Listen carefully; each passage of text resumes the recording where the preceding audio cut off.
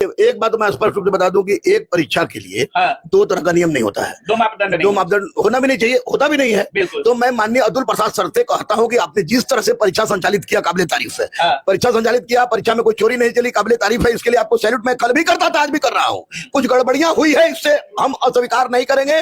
भले ही आप हमको बीपीएससी अब तो परीक्षा हमको देना नहीं है कि आप निष्कासित कर दीजिएगा, और हिंदुस्तान से निष्कासित करने की क्षमता किसी में है नहीं। लेकिन मैं इतना कह रहा हूं कि जब आप पहली बार की परीक्षा में, जब आपको शिक्षक भर्ती की परीक्षा में 1 में आपने सीटेट अपेयरिंग वाले को मौका दिया था, तो सीटेट 2.02 शिक्षक बहाली 2.0 में आप सीटेट को क्यों नहीं मौका दे रहे हैं? क्या कारण है? कारण स्पष्ट कीजिए। और मैं तो कहूंगा हुजूर कि बिहार में गरीबी एक बार 1,22,000 वैकेंसी निकाल देने से गरीबी समाप्त नहीं होने वाली है। अभी भी सीटेट वाले बच्चे बहुत ही प्रताड़ित है। मैं स्पष्ट रूप से आपसे अनुरोध करता हूं कि मालिक हुजूर, बिहार की जनता आप पर विश्वास करती है, छात्र आप पर विश्वास करते हैं, सरकार आप पर विश्वास करता है, और हम लोग आप पर विश्वास कर रहे हैं। तो जब आपने पहली बार में सीटेट अपेयरिंग को मौका दिया, तो 2.0 में भी सीटेट अपेयरिंग वाले को मौका दीजिए।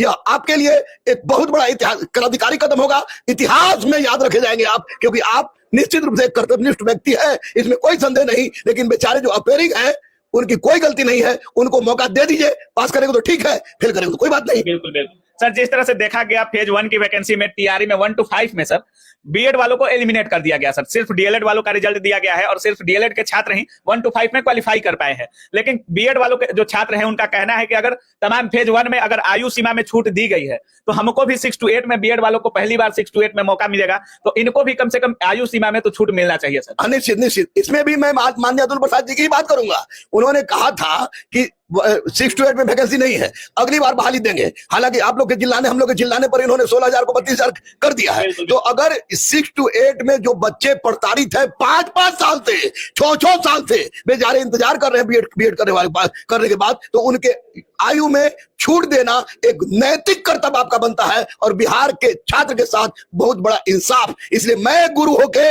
आपसे विनती करता हूं कि हुजूर, हमारी भी सुन लीजिए, बच्चों की भी सुन लीजिए, बिहार के गरीब छात्रों की भी सुन लीजिए, और बीएड वाले बच्चों के आयु में छूट मिलनी चाहिए, क्योंकि लंबे समय के बाद बहाली आई है, और लंबे समय के बाद बीएड वाले को मौका मिला है 6 to 8 में, तो निश्चित रूप से इसमें आपको उनके आयु में छूट देना ही चाहिए। यह बहुत बड़ा धर्म और कर्म का काम होगा।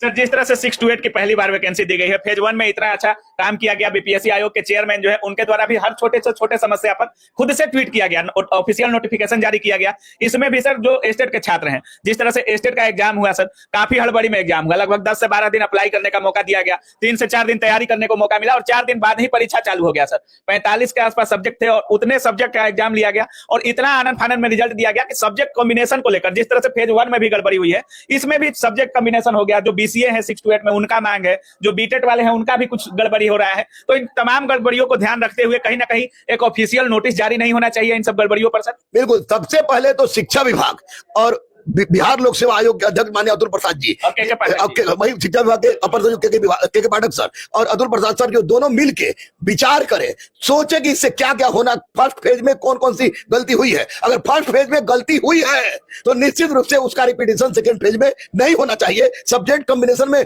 डेली 100 से ज्यादा फोन मैं रिसीव करता हूँ, तो आप लोग तो मीडिया वाले हैं, कितना आप लोग चिंतित होंगे, कितना आप लोग पास फोन होता है, समझ रहे हैं। तो निश्चित रूप से सब्जेक्ट कॉम्बिनेशन से संबंधित तमाम वे कंफ्यूजन, तमाम वे संकोच जो आपके बच्चों के दिमाग में घूम रहा है, उसको एक आप ट्वीट करते हैं सर, बैठे बैठे ट्वीट कर देते हैं, तो एक नोटिफिकेशन बनता है बच्चों के हित के लिए।